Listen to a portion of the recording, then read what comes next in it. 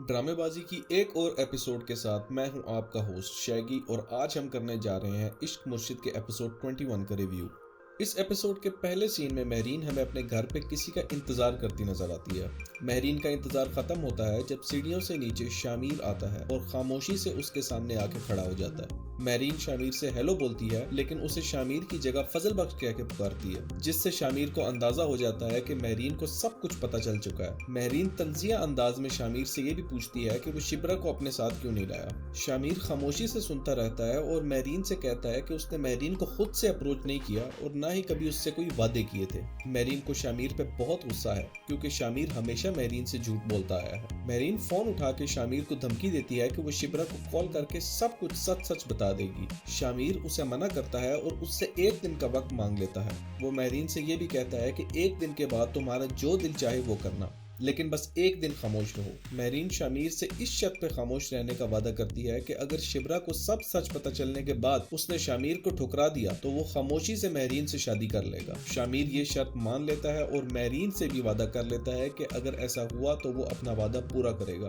Next scene में हम देखते हैं कि सुकैना और जुहैर की शादी हो रही है। यहाँ पे एक बात मुझे बहुत अजीब लगी कि शादी में फरहाद भी डांस करता देखा जा सकता है। ये बहुत ही अनरियलिस्टिक सी बात है कि अभी शिब्रा और फरहाद का ऑफिशियली कोई भी रिश्ता नहीं हुआ और ना ही सुलेमान साहब ने फरहाद के घर वालों को कोई जवाब दिया है, लेकिन फिर भी वो शादी में ना सिर्फ आया है बल्कि डांस भी कर रहा है। खैर ये भी हो सकता है कि फरहाद सुलेमान साहब का कोई रिश्तेदार भी हो, इसलिए वो शादी में आया है, लेकिन फिर भी कोई ऐसे किसी की शादी में आके डांस नहीं करता। दूसरी तरफ महरीन दाऊद खान को शामिर के साथ रखी गई शर्त के बारे में बता देती है, लेकिन दाऊद खान को उम्मीद नहीं है कि शामिर अपने किए हुए वादे पर पूरा उतरेगा। वहाँ शादी में फरहाद फुल ऑन महरीन से मोहब्बत भरी बातें कर रहा होता है कि फजल बख्श बीच में आके बैठ जाता है और फरहाद के साथ थोड़ा हंसी मजाक करता है। यहाँ दोनों में थोड़ी तल कलामी भी हो जाती है, लेकिन ये सीन इस एपिसोड का एक इंटरेस्टिंग पार्ट है। सुकैना की शादी के दौरान पूरी फैमिली स्टेज पे पिक्चर्स ले रही होती है, जिसमें फरहाद भी शामिल नजर आता है। फोटो सेशन के दौरान फजल बख्श भी स्टेज पे आके फैमिली के साथ बैठ जाता है।